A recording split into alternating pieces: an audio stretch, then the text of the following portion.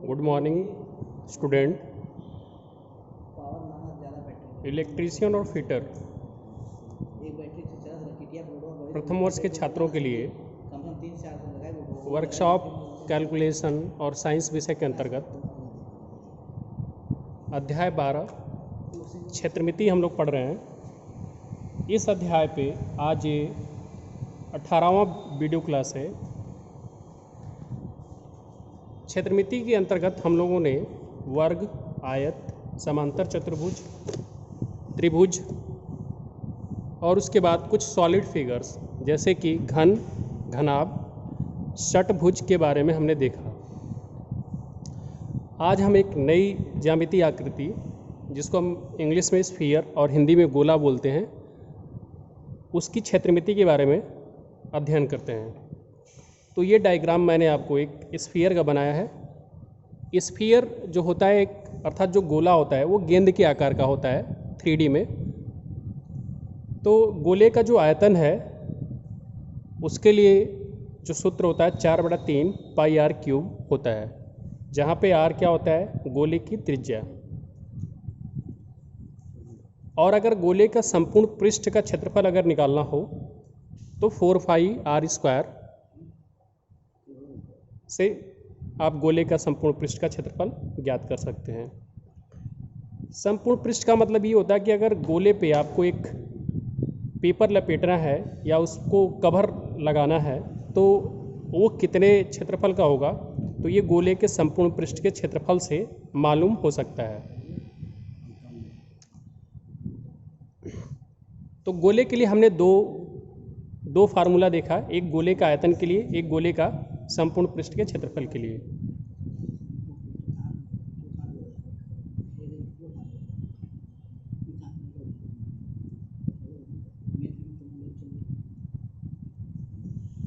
अब आइए हम गोले पे संबंधित असाइनमेंट अर्थात इस असाइनमेंट में केवल गोले से संबंधित जितने भी अलग अलग प्रकार के प्रश्न हैं वो हम हल करेंगे। तो इस असाइनमेंट का पहला क्वेश्चन है कि यदि गोले का टोटल सरफेस एरिया ज्ञात करिए अगर त्रिज्या 3 सेंटीमीटर है। तो इस प्रश्न के लिए आपको गोले की त्रिज्या दे दिया गया है। टोटल सरफेस एरिया को हमने शॉर्ट फॉर्म में TSA लिखा है। तो इस गोले का TSA ज्ञात करना है अर्थात संपूर्ण पृष्ठ का क्षेत्रफल ज्ञात करना है। तो अभी जैसे आपको ऊपर में इसके थ्योरी पार्ट में बताया गया है कि गोले का संपूर्ण पृष्ठ का क्षेत्रफल 4πr² होता है। तो इस 4πr² में हम इसकी वैल्यू को रखेंगे जहाँ पे पाई का मान हमें ज्ञात होता है, r का मान दिया गया है। r की जगह पे 3 सेंटीमीटर रखेंगे और उसका स्क्वायर करना होगा। तो 4 पाई का मान 3.14 हो गया, 3 सेंटीमीटर का स्क्वायर करेंगे तो ये 9 सेंटीमीटर स्क्वायर हो जाएगा। अब 4 गुणे 3.14 गुणे 9 करेंगे तो ये 113.1 सेंटीमीटर स्क्वायर आएगा। तो दिए गए गोले का संपूर्ण पृष्ठ का क्षेत्रफल अर्थात TSA की जो वैल्यू आएगी 113.1 सेंटीमीटर स्क्वायर होगा।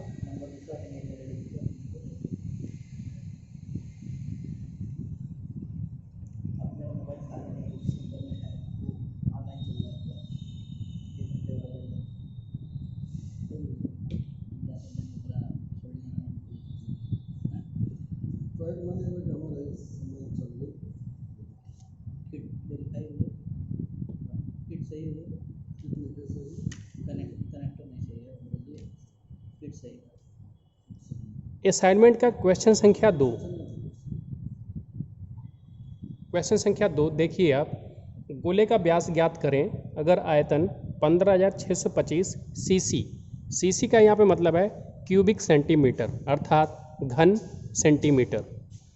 तो गोले का आयतन आपको दे दिया गया है 15,625 घन सेंटीमीटर।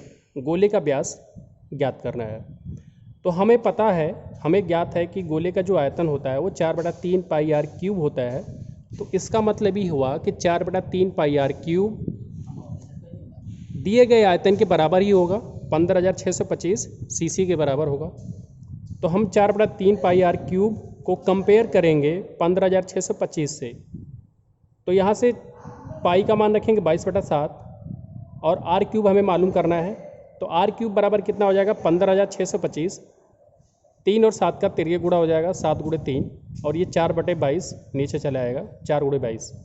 तो आर क्यूब का मान कितना हो जाएगा 3,28,125/88।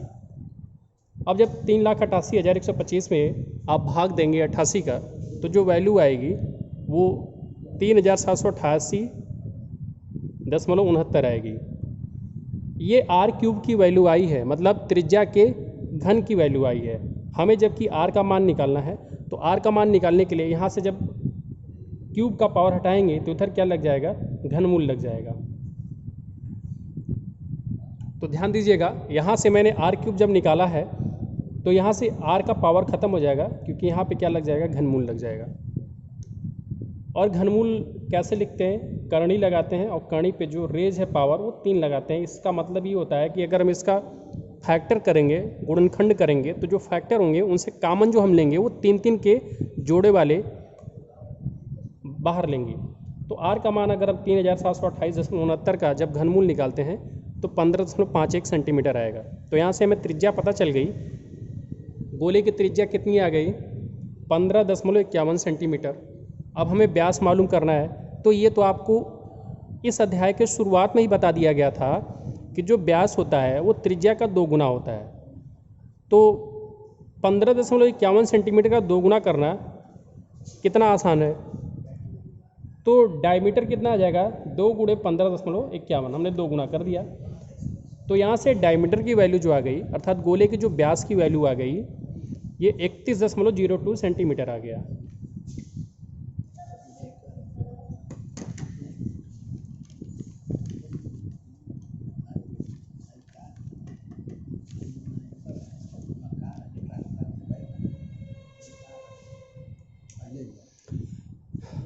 असाइनमेंट का तीसरा क्वेश्चन ध्यान से देखिए। 1 सेंटीमीटर त्रिज्या के कितने गोले एक 32 सेंटीमीटर व्यास के गोले से बनाए जा सकते हैं। इसमें जो आपसे क्वेश्चन पूछा जा रहा है कि एक बड़ा सा गोला है जिसका व्यास 32 सेंटीमीटर है, अगर इससे छोटे छोटे गोले बनाने हैं 1 सेंटीमीटर त्रिज्या के, तो कितने गोले बन सकते हैं।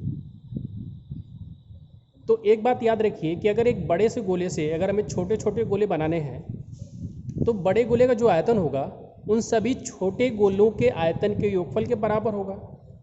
तो हम ऐसा मान लेते हैं कि जो बड़ा वाला गोला है उससे हम n गोले या x गोले बना सकते हैं।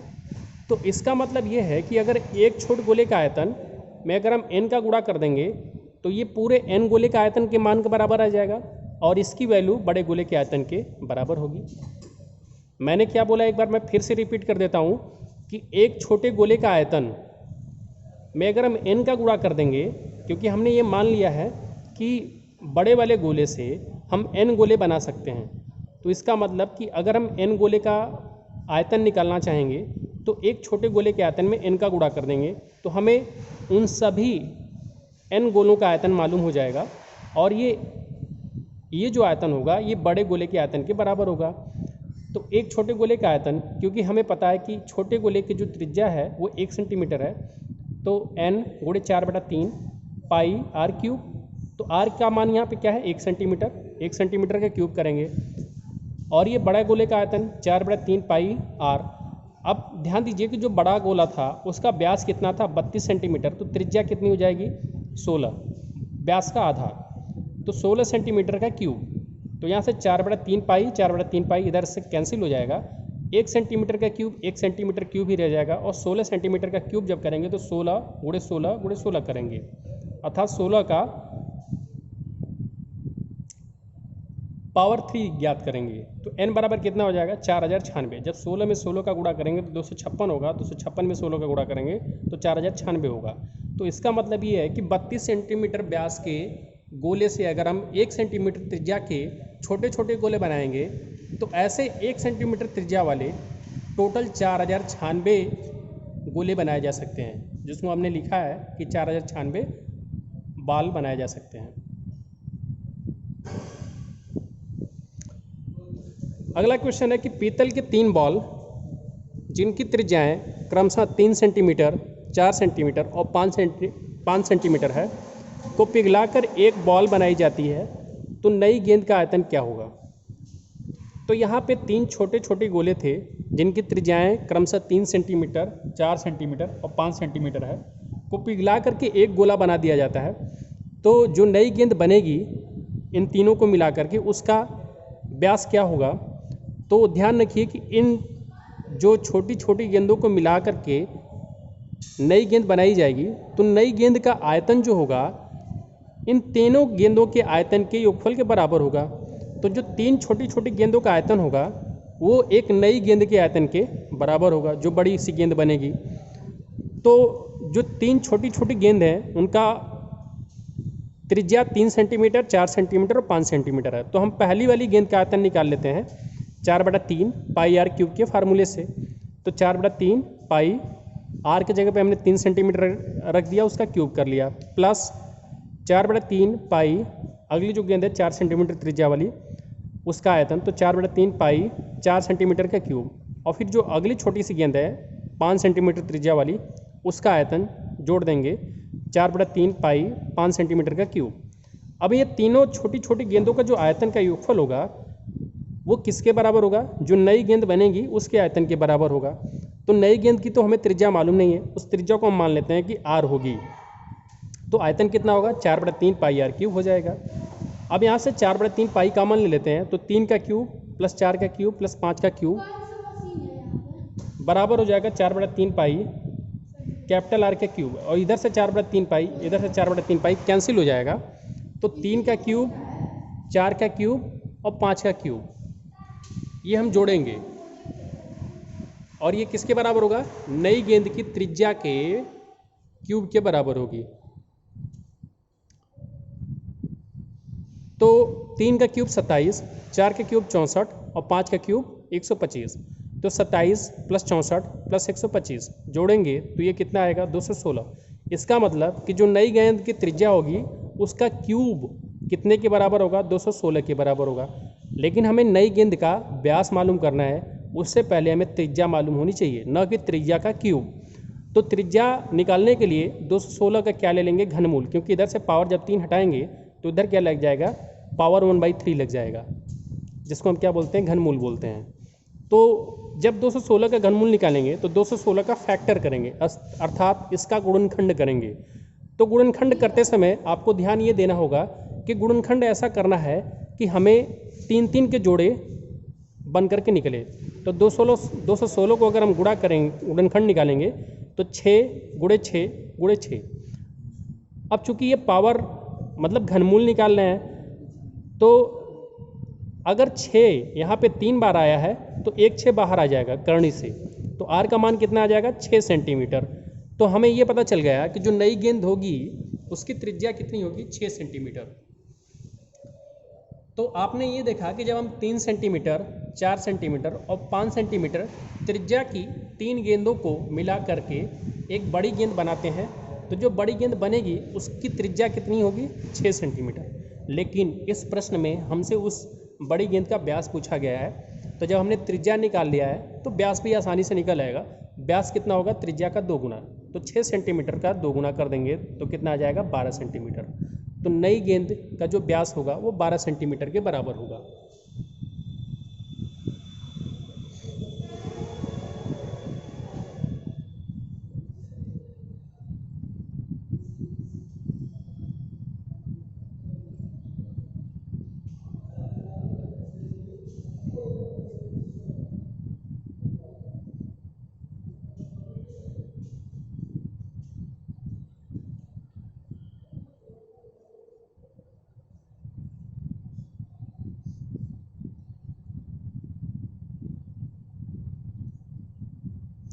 अगला जो क्वेश्चन है कि असाइनमेंट का क्वेश्चन संख्या 5, एक 14 सेंटीमीटर त्रिज्या तथा 21 सेंटीमीटर ऊंचाई वाले बेलन को पिघलाकर 3.5 सेंटीमीटर त्रिज्या के कितने गोले बनाए जा सकते हैं। तो ध्यान रखना है आपको कि इस प्रश्न में थोड़ा सा प्रश्न बदल गया है कि इस बार एक बेलन को पिघला करके, ऐसे बेलन जिसकी त्रिज्या 14 सेंटीमीटर है और ऊंचाई 21 सेंटीमीटर है को पिघला करके एक 3.5 सेंटीमीटर त्रिज्या का गोला बनाया जाता है। तो 3.5 सेंटीमीटर त्रिज्या के ऐसे कितने गोले बनेंगे। तो ऐसी स्थिति में होगा क्या कि जो एक बेलन का आयतन होगा, हम मान लेते हैं कि 14 सेंटीमीटर त्रिज्या और 21 सेंटीमीटर ऊंचाई के बेलन को जब हम पिघला करके 3.5 सेंटीमीटर त्रिज्या के n गोले बना सकते हैं। तो इसका मतलब ये होगा कि एक बेलन का आयतन n गोले के आयतन के बराबर होगा, क्योंकि मटेरियल कहीं नहीं जाएगा। तो एक बेलन का आयतन कितना होगा, पाई आर स्क्वायर एच के फार्मूले से निकालेंगे और एक गोले का आयतन में n का गुणा कर देंगे तो सभी n गोले का आयतन हो जाएगा। तो पाई बेलन के आयतन के लिए पाई आर का स्क्वायर मतलब 14 सेंटीमीटर का स्क्वायर गुणे एच के जगह पे 21 सेंटीमीटर बराबर n गोले के आयतन के लिए n गुणे एक गोले का आयतन 4/3 पाई 3.5 सेंटीमीटर का क्यूब। तो n का मान क्या हो जाएगा, पक्षांतर करेंगे तो यहाँ से क्या होगा, 14 सेंटीमीटर का स्क्वायर करेंगे तो 14 गुणे 14 हो जाएगा और गुणे 21, और ये 3 का गुणा तिरक गुणा हो जाएगा इसी में, तो गुणे 3 और बटे में क्या आएगा 4 गुणे 3.5 गुणे 3.5 गुणे 3.5, क्योंकि क्यूब करना था 3.5 का। अब इसको हल करेंगे तो देखिए होगा क्या, इसको 7 से कटाएंगे तो 7 5 35 0.5 बार में कटेगा, और इसको भी कटाएंगे तो 0.5 बार में कटेगा, और इसको भी कटाएंगे तो 0.5 बार में। तो इसको कटाएंगे ऊपर तो 7 गुना के 14, इसको भी कटाएंगे तो 7 गुना के 14, और इसको कटाएंगे तो 17 के 21। तो 0.5 यहाँ पे इस 0.5 को ख़त्म करने के लिए यहाँ पे 10 का गुणा कर देंगे तो ये 20 बन जाएगा। इस 0.5 को ख़त्म करने के लिए यहाँ पे 10 का गुणा कर देंगे तो ये भी 20 बन जाएगा, और इस 0.5 को गुणा करने के लिए यहाँ पे भी 10 का गुणा कर देंगे तो 30 बन जाएगा। तो अब हमारा क्या आएगा कि 20 गुणे 30 और गुणे 3 बटे में 4 गुणे 5 गुणे 5 गुणे 5 3 बार 5, क्योंकि यहाँ पे 0.5 था, हमने दशमलव ख़त्म कर लिया है ऊपर 10 का गुणा करके। तो 5 का भाग देंगे 20 में 4 बार में कट गया, 5 का भाग देंगे इस 20 में 4 बार में कट गया, 5 का भाग देंगे इस 30 में 6 बार में कट गया, और इस 4 से एक 4 कैंसिल हो जाएगा। तो बच क्या गया 4 गुणे 6 गुणे 3, तो 4 गुणे 6 कितना हो जाएगा 24, और 24 में 3 का गुणा करेंगे तो 72। तो इसका मतलब कि कितने बाल बनाई जा सकती हैं, 72 गेंदें बनाई जा सकती हैं। तो एक 14 सेंटीमीटर त्रिज्या तथा 21 सेंटीमीटर ऊंचाई वाले बेलन को पिघला करके 3.5 सेंटीमीटर त्रिज्या के 72 गेंदें बनाई जा सकती हैं। तो आज के लिए इस वीडियो में इतना ही। वीडियो देखने के लिए धन्यवाद।